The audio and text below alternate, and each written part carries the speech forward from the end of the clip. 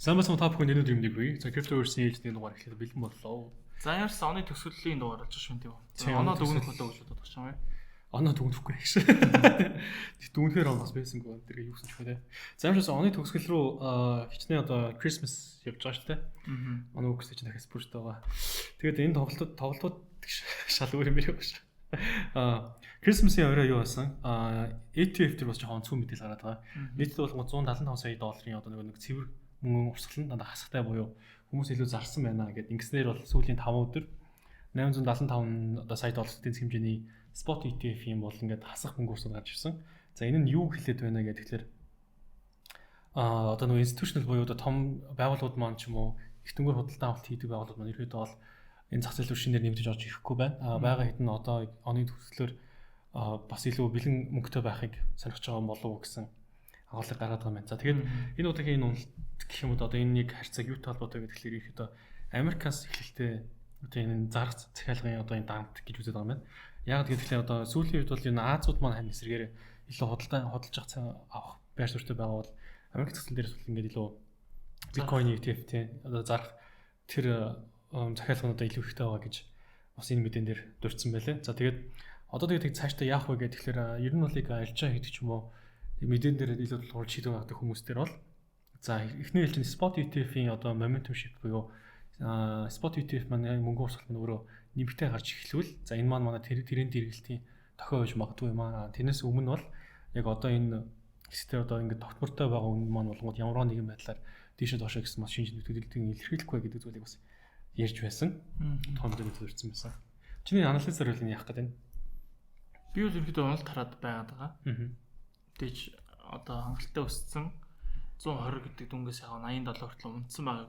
Унахыг унсан байна. Тэгэхдээ магадгүй дахиад шунах болов ягаад гэвэл за одоо маркетинг харах юм бол алт all time high явж байна. За мөнгөөс all time high явж байна. Алт өөрөө all time high хийж байгаа өөрөө нөгөө хүмүүс илүү эрсдэл багтаа зүйлээр хөрөнгө оруулалтыг сонирхолтой байгааг харуулж байгаа бох тий. Илүү одоо найдвартай зүйл рүү хөрөнгө оруулалтыг хийдэг байдлаар хандаад алтыг нэлээд бодлож авч байгаа. За мөн бас ерөөдөө бол оны төгсгөлөөр ерөөдөө бол алтыг бас нэлээд олон төв банкуч юм ерөөдөө хураах тиймэрхүү явцад явт юм билээ. Түүнд бол алт нэлээд өсөж байна. За мэдээж он гарсны дараагаар бас яг 2 сар мараас ерөөдөө 2026-ыг бол их хүмүүс буулж хийж харж илээ. За тэгэхээр тэр хүртэл мэдээж шийдвэрлэнд нь correction хөдлөө. Гэхдээ би бол мэдээж correction хөдлөө хүлээсээр байгаа. Correction уналтыг бол хамгийн наад тавих юм бол 69 тал гэсэн орчмоор харсаар байгаа да. Тэгээд оноо төхнөх гэрэхдээ тэн дээр нэг сонирхолтой мэдээ хандсан. Энэ онд крипто зохицолтой холбоотой ерөнхийдөө крипто компаниудтай ч юм уу холбоотой тийм гэрээ контракт хийгээд хөрөнгө оруулалтын хэмжээ нь бол 8.6 тэрбум доллар хүрсэн юм байна. За нийтдээ 267 иймэрхүү том гэрээ контрактад үзүүлэгдсэн гэж үзэж байгаа юм байна. За тэгээд энэ нь бол 2024 оноос 18%-аар өссөн үзүүлэлт. Мөнгөний дүнгийн хэмжээ болонгот 2024 оноос бол 3 дахин өссөн юм байна. 2024 онд ерөөдөө крипто салбарын яг ийм гэрээ хэлцүүрийн мөнгө одоо нэг 2.17 ч юм уу те тэрбум байсан бол одоо 8.6 тэрбум доллар хүрсэн байгаа. За тэгээд Financial Times-ийн бас мэдээний даваа бол нийтдээ одоо томоохон гэх юм уу да крипто төлөвлөлдөг одоо төлөөлж IPO хийсэн том компаниуд нь 16.6 тэрбум долларын үнэлгээ бүхий одоо дэлхийд даяар бол ийм хөрөнгө оруулалтыг татчихсан гэдэг зүйл гарч байгаа юм байна. За энэ нь юу хэлээд байна гэхээр ерөнхийдөө крипто салбарын яг ингээд юунд үн цаасны гэх юм уу те одоо тэр нөгөө дөрвөн чормны хүрээнд үйл ажиллагаа явуулдаг хүлэн зөвшөөрсөн компаниуд энэ бол хөрөнгө оруулагч нар ч гэсэн давхар хүлэн зөвшөөрөд эхэлчлээ гэдэг мессеж бас явж байна гэж хэлж байгаа юм байлаа. Ерөнхийдөө энэ оныг яг биткойн бол нэлээд өсрөнгөө жил боллоо шүү дээ. ETF-тэй боллоо, хөрөнгө оруулалтын хэрэгсэл болчлоо. Одоо commodity гэдэг шиг одоо алт малт шиг одоо баг нэг өөр хөрөнгө оруулалтын хэрэгсэл болж өөрөө хөрчлөө шүү дээ. Том том хэж сангууд авлаа, улс орнууд худалдаа авалтууд хийж чинь. За баг крипто ерөнхийдөө ч болчих боллоо шүү дээ. Америк бол тий. Ерөнхийдөө нэлээд өсрөнгөө хөгжилтэй жил байх шүү байна. Тэгэхээр магадгүй энэ хайпа үргэлжлүүлээд явах юм бол за бас нэг буулж магийн мэдээ байгаа. За Jerome Powell маань он гараад 5 банууд за ерөнхийдөө 2 дахь улирлаар ажиллаа өгөх юм байлаа. За энэний дараа Trump харин өөрийнхөө үнийг томилж ин бодлогын үг бууруулж нэг дээр авч чинь зах зээлийг тэлэн нэлээ өөсрүүлнэ гэсэн ярьж байгаа шүү лээ. Тэгэхээр магадгүй тэр нэлээ том буулж бас мэдээж магадгүй. Тэгэхээр Jerome Powell ямарсан ажиллаа өгтлөө ямарсан бодлогыг бол бууруулахгүй чанхтай асуудалтай нэг дээр бол байгаа юм лээ. Тэр хүн буусны дараа яг Trump-аас өөрийнхөө томилж чадахгүй гэдэгс асуудал болох баг. За магадгүй томилчих юм бол өөрийнхөө үйл хөдлөлөө явуулаад нэлээд зах зээл савлгаатай болж эхлэх болов. Тэгээд энэ хугацаанд нөгөө policy market гэдэг prediction market-ийн зах зээл дээр байдаг хүмүүсийн тодорхой хэмжээний одоо хакт болсон хөрөнгө алдсан зүйл гарсан. За энийг бол мэдээлэл хийгээд энэ бол яг манай буруу биш байна. Зүгээр манай платформыг дамжуулан ашигладаг ч юм уу тэр платформ руу очдог хүмүүс өөрийнхөө одоо нууц үгийг алдсан байх шилтэй байна. Тэрнээс нэг хэлчнэр бол тийм болоо гэдэг зүйлс болоод өнгөрсөн. За тэр 1-8 гэсэн код хийлүүлж байгаа юм. Тэгээ 8-аас 1 гэж хийлээрээ тийм. За тэгээд NFT зах зээлийг бас нэг базаад хөрөнгөд гарсан байсан. 2021 онд бол нэг Beeple гэдэг нэг дуран бүтээлчийн зургийг NFT зургийг 69.3 сая доллар болроо аваад школтой байгаа юм байна. Энэ бол 2021 онд болж исэн NFT маркетинг гэдэг NFT гэдэг юм хүмүүсэлтэй байлаа. Тэгээд тэгсэн чинь 25 онд бол энэ trading volume нь бол энээс бол хэд дахин буурсан. Тэгээд энэ оны эхэнд гэхтэл өмнөх оноос борлуулалт нь 63% буурсан. Тэгээд 3 дугаар сарын байдлаар гэхэд 24 оны одоо 3 дугаар сарын 6 тэрбум долларын зах зээл байсан бол одоо 373 сая доллар ирэлцсэн ч юм уу. NFT болон гэдэг чигтээ нэлээд мууц. За гэхдээ энийг болгонгод юу гэж дүгнэж байгаа вэ гэхээр хичнээн NFT-ийн одоо хөрөнгө оруулалт юм уу тэр нэг халуур нь дууссан ч гэсэндээ одоо ингээд халуурлаас ч юм уу зүгээр л гой зураг гэх юм уу угсаа тийм хэрэгцээгүй байдаг зүйлээсээ салаад илүү нөгөө нэг бод тандалтай ч юм уу хэрэгцээтэй зүйл рүү орж эхэлж байгаа тийм сайн мэдээ байна гэж үзэж байгаа юм байлээ. За open market open sea чинь болонгод NFT ticket тэгээд нөгөө нэг бит бараа бүтээгдэхүүний NFT тэгээд дамжуулан одоо тийм зарах тэр одоо шинжилгээ хийгээд эхэлсэн. Тэгээд FIFA ч энэ том тоглоомын тасалбарыг бас NFT-гээр гаргаж үзээд юм гаргаад явж байгаа юм байлээ. Тэгээд Courtyard CIO-гийн сайт болонгод одоо нөгөө нэг Pokemon картуудыг бас NFT-тэй холбогдсон. Яг тэрнгээр бас зараад явж байгаа юм байлээ. За эдгээр нь болонгод бод амьдрал дээр одоо боломжит холболтуудыг хийсэн л гэж үзэж тахшил хэлээ л дээ. Pokemon card энэ ч өөрөө real life NFT шүү дээ баг тий. Тэгээд 25 онд бас юу байсан? Яг чиний хэлснээр крипто инвестор болсон байж магадгүй гэж ярьж байгаа юм. За тэгээд 25 онд крипто зах зээлтэй холбоотой яг дүрм журам ер нь яаж ажиллах хэрэгтэй вэ гэдгийг тодорхойлсон 5 газар одоо байгаа. Нэгдүгээрт нь Америк, хоёрт нь Европын холбоо байгаа. За тэгээд Араб, Хонконг, тэгээд Их Британь. За энэ 5 одоо улсын групп гэх юм уу да юу нэг шүү дээ. Европын холбоо гэж чинь болонгууд ер нь бол крипто зах зээл дээр үйл ажиллагаа явуулж байгаа хүмүүс бол энэ дөрвөдөө мөрдөж сахина. За энэ нь бол одоо ингээд юу гэдгийг уламжлалт зах зээлээс бас өөр явах юм байна гэдгийг ингээд их тодорхой болгоцсон. Тэгээд түрүүний мэдээс харж байгаа чинь хэрвээ ингээд тодорхой болсон газруудад томхон газар IPO хийж байгаа хүмүүс хөрөнгө оруулалт бас хөлн шүрсэн. Буюу илүү том зах зээлээрээ одоо энийг хөлн шүрлэмжлэн л да. За магадгүй бас энэ тавын араас Япон баг нэлээд хүчтэй орж байгаа хэ. Япон, Солонгос ч юм бол стейбл койн бүр явах гэж байгаа шүү дээ. Манайх бас яг нөгөө нэг үйлчлэх үзүүлэгчтэй дүрмтэй болохоос биш. Ашиглаж байгаа хүн дээр яах юм ах гэдэг юм бас тодорхойгүй байгаа тийм. За 26 онд бас юу басан? 26 онд одоо ямар төлөвтэй байх вэ гэдэг энэ нэг газар л гаргасан мэдээлэл л дээ. Ер нь бол одоо нөгөө DeFi Summer гэж бас ярьдаг тийм. Нэгс чинь DeFi төслүүд бүгд алаад байсан. Тэгэл NFT бас өмнө алж ирсэн одоо байхгүй болсон. Одоогоор бол ингээд крипто зах зээл маш удаанаар гэхдээ ингээд бодит хэвлэлтэйгээр уламжлалт одоо нөгөө нэг үйлчлэх үзүүлэгч нартай өрсөлдөхөөр орж иж байна гэдэг зүйл рүү ярьж илээ. Энэ яагаад ч илэрж байгаа вэ гэдгсэн чинь нөгөө ингээд full time crypto blockchain development-ийн тоо ер нь нэмэгдээд байгаа юм байна. Өмнө нь болонгууд нөгөө нэг орж ирсэн төсөл дээр ажиллаж буцаагаар авдаг ч юм уу эсвэл ингээд тогтдоггүй байсан бол одоо илүү суурьтай үзэж байгаа гэх юм уу. Тэгээд энэ зах зээл дээр ер нь тоглоомч бай, tokenization бай тренд нь явбал Ethereum, Solana одоо тоон гэсэн 3 coin л ер нь бол 26-нд бас илүү онцолж харах тэр нөө суурь сайтай төслүүд гэж энэ мэдэн дээр үзсэн байлээ. За тэгээд эцэст нь бас нэг биткойнтэй холбоотой strategy-гийн нэг мэдээ байгаа. За нөхөр яасан гэдэг 4.5 сая хувьцаагаа 2.219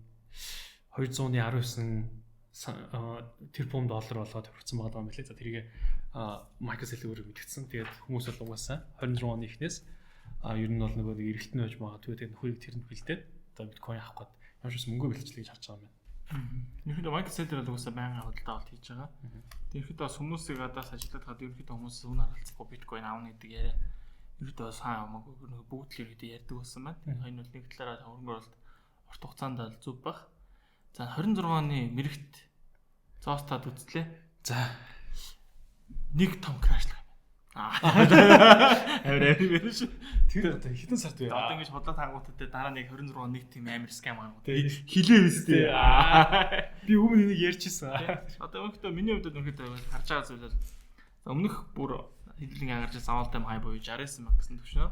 Одоо нэг эргээ шалгахад энэ нөрөө спорт болж чадах болов гэсэн хоо сонирхолтой зүйл дээр байна. За өөр X дээр шинжлэлээр харах юм бол бүр 45 руу шунана гэсэн. Илүү олон шинжлэх юмнууд бол байлаа. Тэгэхээр ингэж зах зээлийг 100% тааж чадахгүй учраас арилж яанахтай хийхтэй мөнгөний менежмент сайн арилжаа гээрээ. За ингээд та бүхэн крипто дээр арилжаа гэсэн сонирхолтой бол Binance Bridge-ийг сонгож арилж байгаарай. Binance Bridge-ийг сонгож арилжаас нэрээ та арилж яаныхаа шимтгэлийг 20 хүртэлхүү боруулах боломжтой байгаа шүү. Зам манай Forex broker та хамтарч хэлдэг. Доороо тус тусын тэнкээр орох юм бол тэнд бас өөр гэсэн давдлууд байгаа. За ABCD-ийн жишээ нь та бүхэн анхаар орсон тохиолдолд та $20 урамшууллыг random байдлаар хүмүүс төгөх юм байлаа. За MFT дээр болохоор last fish гэдэг бас шинжлэх урамшуул явж байгаа шүү байлаа. За мөн iTrader дээр CV6 гэсэн промо код ажиллаж байгаа юм л шүү.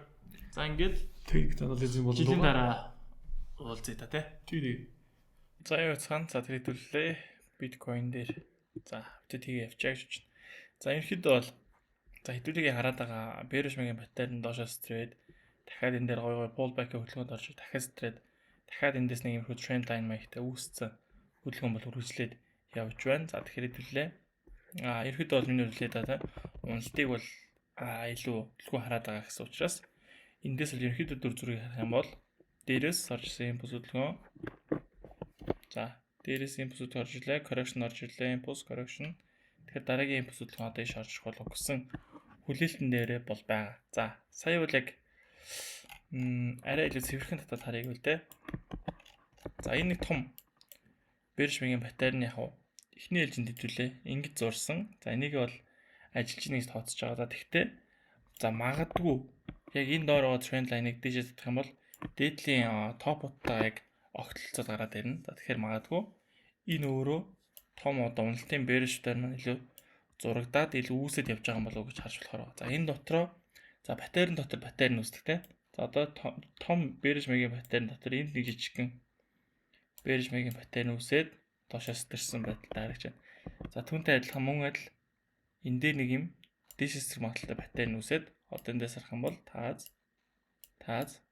гэсэн байдалтай харагдаж байна.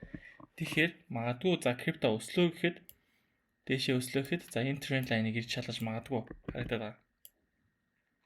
За энэ тренд лайныг ингэж явсаар бод за 99,000 гэсэн түвшин лөө хэрвээ өсөлтийн хөдөлгөөн орж ирэх юм бол за 99,000 гэсэн түвшин дээр очиж шалгахтаа гоё Bearish-ийн батарейныхаа таазыг шалгах боломжтой байна. Тэгэхээр магадгүй энэ батарей маань ингэж гоё дүүрээд уналтын хөдөлгөөнж орж магадгүй гэж харагдаад байгаа. За яг энэ батарейныг яагаад томоор нь зурх болсон шалтгааныг за хэдүүлэг энэ олон өдөр нөө будаа идээд байгаа чарт харах юм бол за ерөнхийдөө том Bearish-ийн батарей үүсдэг.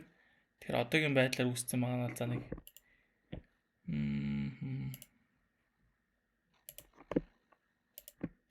за хугацааны харах юм бол ерөнхийдөө бол хэдүүлээ дунд орчим хувьд нь явж штэ. Тэгэхээр одоо магадгүй энэ нэг жижиг өсөлт хөдөлгөөн энэ харж байна. Энэ хөдөлгөөн орж ирээд батарейны тааз руу өссөн байна те. Тэгэхээр магадгүй эндээс дэш өсөд батарейны тааз руу өсөөд эндээс price action аваад доош уналтын хөдөлгөөн орж исэн байна. Урдны түүхтэр бол тэгэхээр одоо магадгүй эндээс дэшиг өсөлт хөдөлгөөн орж ирээд доош том уналтын хөдөлгөөн орж магадгүй гэсэн байдлаар хараад одоо саяныхаа батарейныг бол зурсан байна.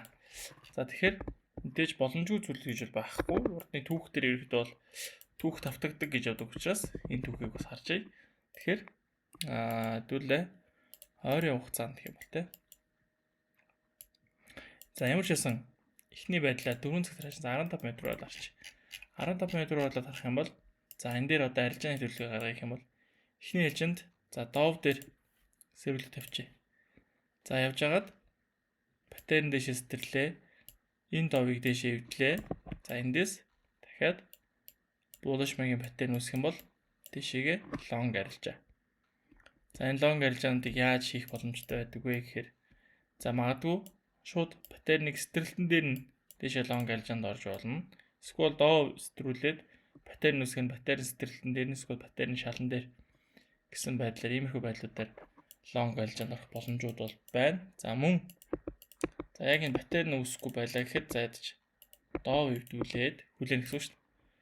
Дэшээ доо цорьёогоор доо хөвдчихлээ. Шинэ хаяр хай үүслээ. Pull back хөдөлгөөн дээр нь long байлж байгаа. За ийм байдлаар яг trading plan-уудаа гаргаад явж болж байна. За миний хувьд яг энэ план дагуу бол харна. За мэдээж эхний ээлж нь харах зүйл юм бол энэ дээшээс тэрсэн ч гэсэн би long ээлжинд орохгүй. За хаш 90,000 та нэг 90,500 за 90,600 орчмоос дээшээгээ за нэг 15,000 30,000-ийн candle дээрээ хаагдаад за тэндээс бол уналтын хөдөлгөөн орж ирсэн чамаагүй correction хөдөлгөөн бол үүсэх юм бол би эндээс long ээлж шалгаж болно гэсэн байдлаар харна. За тэрнээс наан бол айхтар арилжаанд орохгүй илүү хүлээцтэй байж байна. За яг гэвэл энэ дээр алтыг ярих шаардлагатай. За алтны хувьд шинэ all time high-сан алт бол угаасаа мэдээж маш найдвартай safety хөрөнгө оруулалт гэж явдаг. За мэдээж алт бол all time high-гээ явж байна. Silver-өөс all time high-гээ явж байгаа. За үүнтэй холбоотой ерөнхийдөө зах зээл дээр нэлээд жоохон айц байгаа болов уу? Тэгэхээр илүү хүмүүс илүү safe байдлаар хөрөнгө оруулалт хийхийг хараад байна гэж харж байна. Тэгэхээр магадгүй бас бусад маркетуудын хувьд бол жоохон уналттай байх магадлалтай. За тийм учраас нэлээд боломжтой хандна. За алтан дээр харин нэг ажиглагдсан зүйл юм бол за доороо маш гоё олон support trend line байгаа тань дээр. За энэ нэг trend line дээш нь татаад харах юм бол энэ дээр нэг юм таазан дээр очсон байгаа харагдаад байна бол. Тэгэхээр за мэдээж алтан дээр яг үзүүр байрна гэж бодож арилжаанд орол байхгүй. Тэгэхээр магадгүй энэ price action бол ямар ч тач одоохонд бол ажиллаж байна те. Энэ дээрээ шалгасан, энэ дээрээ шалгасан, энэ дээрээ шалгасан. За магадгүй одоо эндээс жоох алт базарын уналтын хөдөлгөөн бол орж иж магадгүй харагдаад байгаа. Тэгэхээр алтыг бас нэлээд би ажиллаж байгаа. Алт доош оноод ороод ирэх юм бол зэндлээ маркет эрсдэлтэй зүйлээр хөрөнгө оруулалт хийх тийм бас юутай байж магадгүй. За эсвэл алт нэлээд хүчтэй дамп маягуулын ороод ирэх юм бол за маркет ерөнхийдөө тэр чигт бас нэлээд ганхаад эхлэх хандлагатай байдаг. За тэрийг бас нэлээд ажиглах зүйтэй байх. За Ethereum-д мөн ажлыг биткойнтой адилхан дүр зурагтай байгаа. За хэдүүлгийн ярьжсэн Ethereum дээр нэг авааштай зүйл байгаа нь. За энд байгаа trend line маань. Энд байгаа нэг bullish pattern маань гоё зурагдаад байгаа. За бусдаар бол нэг сайхан харагдахгүй байгаа гэсэн. За ямар ч хэлсэн bullish pattern маань бол ажиллаад эндээс тийш өсөлтөөлөн орж ирээд явсан. За тэгтээ мөн адил нэг pattern дотор pattern гэдэг шиг энэ нэг доош зүг магадлал pattern үүссэн байна. Энд нэг дээшээс зүг магадлал pattern дээшээссэн. Одоо эндээс дахиад доош зүг магадлал pattern үүсч байна. За тэгтээ энэ өөрөө энэ дээшээс зэрэг магадлал батарейнхаа таазан дээр байна те. Тэгэхээр одоо эндээс дээшээс зэрэлтүүлэн ороод ирэх юм бол би яг түрүүнийхээ нөхцөлийг хүлээн гэсэн үг. Trading plan дээр. За энэ сайн нэг мэдээ гарсан юм аа. Энийг нэлээд бас мэдээ харах шаардлагатай юм. Яг огцом энэ нөхцөлийг юутай холбоотой орж ирсэн бэ гэдэг мэдээ бол за X нэлээд авах юм гарч ирэх хаа. Тэгэхээр эхний ээлжинд Ethereum дээр 3000 гэсэн төвшнгөөс дээшээгээ хаагдахын хүлээн гэсэн үг шүү дээ.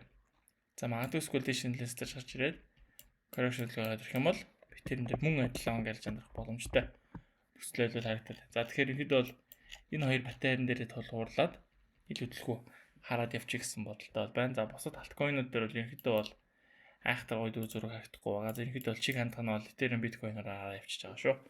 За ингээд бүгдэнд нь арилжааны амжилт хүсье. Дараагийн дугаараар уулзлаа. Түр баярлалаа.